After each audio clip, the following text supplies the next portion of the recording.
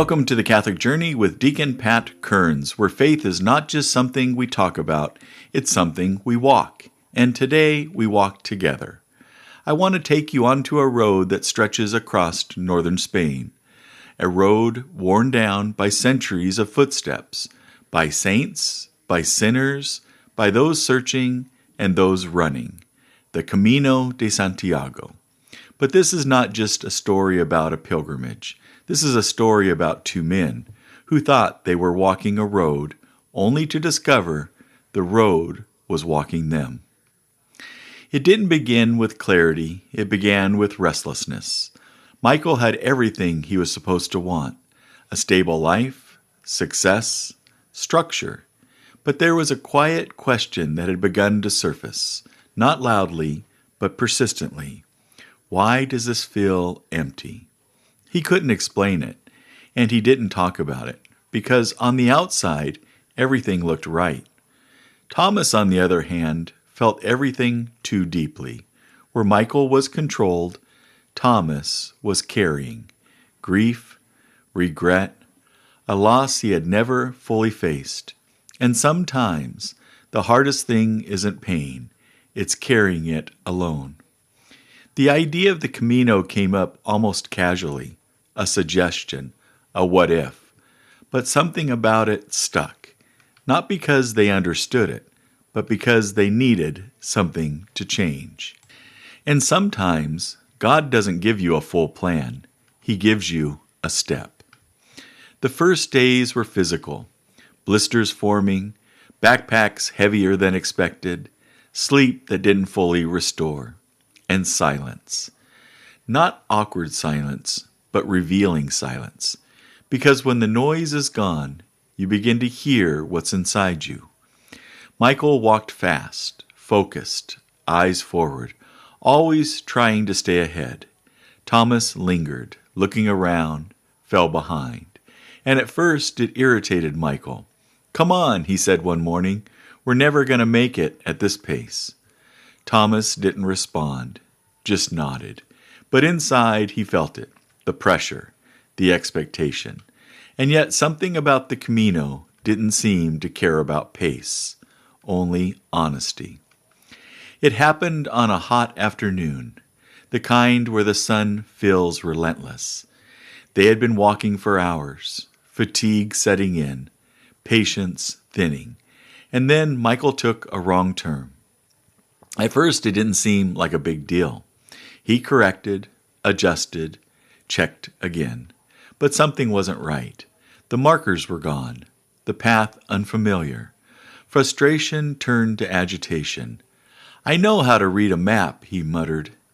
But the more he tried to fix it, the worse it became. And then something broke, not outwardly, internally. That moment where control slips and you realize you don't have it. He stopped walking, closed his eyes, and said quietly, almost unwillingly, "God, if you're real, I need your help." There was no immediate answer, no dramatic sign, just silence. And then a voice. "You're not lost." Michael turned. An older man stood behind him, calm, steady. "You're just not where you thought you should be." The words landed deeper than directions. The man pointed the way, explained it simply, clearly.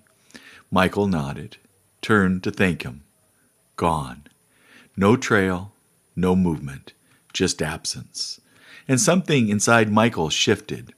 For the first time in years, he didn't feel in control. But he didn't feel alone either. That night, Thomas couldn't sleep. The Camino had begun to do its work. Because when your body is exhausted, your defenses weaken. And what you've buried begins to rise. He sat outside a small chapel, barely lit, quiet. And the memories came. The conversation he avoided. The words he never said. The moment he wished he could take back. "I don't know how to carry this alone," he whispered. And then footsteps. A woman sat beside him. No introduction, no explanation, just presence. You don't have to carry it alone." Thomas froze, because those words were not generic. They were exact. They were his words, words he had only spoken to the one he lost. "How do you know that?" he asked. She didn't answer.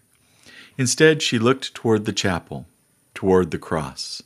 "Forgiveness," she said, "is trusting God with what you cannot fix." Thomas felt something break, not painfully, but openly. He turned. She was gone. And for the first time in years, he cried, not from despair, but from release. And from that moment on, the road began to change. They began to talk, really talk, not about logistics, not about distance, but about life. Michael admitted something he had never said out loud. "I don't think I actually ever let God in." Thomas nodded slowly. "I don't think I've ever trusted him with my pain." And something formed between them. Not just companionship, brotherhood. The kind that isn't built on similarity, but on truth. One evening they entered a small church, quiet, simple. The Blessed Sacrament was exposed. Michael didn't understand it fully, but he felt it. Different from anything else. Not emotional, real. He sat still. And for the first time he stopped analyzing, stopped questioning, and simply remained. Thomas knelt, and in that silence, he realized something he hadn't allowed himself to believe. God had never left him. Not in the loss, not in the pain. He had been there, waiting. The closer they got, the less it felt like arrival, because something deeper was happening. They no longer needed the destination to validate the journey. They were already changed. Michael walked slower, more aware. Thomas walked lighter, more free. And both knew, without fully saying it, this had been more than a trip. It had been an encounter. When they entered Santiago, they didn't rush. They stood in silence. And Michael said softly, "I think I believe." Thomas responded, "I think I'm free." And in that moment, they both understood. The miracles were never about what appeared. They were about what changed. Maybe you've never walked the Camino, but you are walking something. A burden, a question, a search. And maybe God is already meeting you there, in the interruption, in the stranger, in the silence. Because miracles are not always loud. Sometimes they are simply God making himself known. This is the Catholic journey, and the road you're on might be where God is already waiting. This episode was part 1 of 2. You do not want to miss what happened to these gentlemen once they got home. God bless you. Have a wonderful day.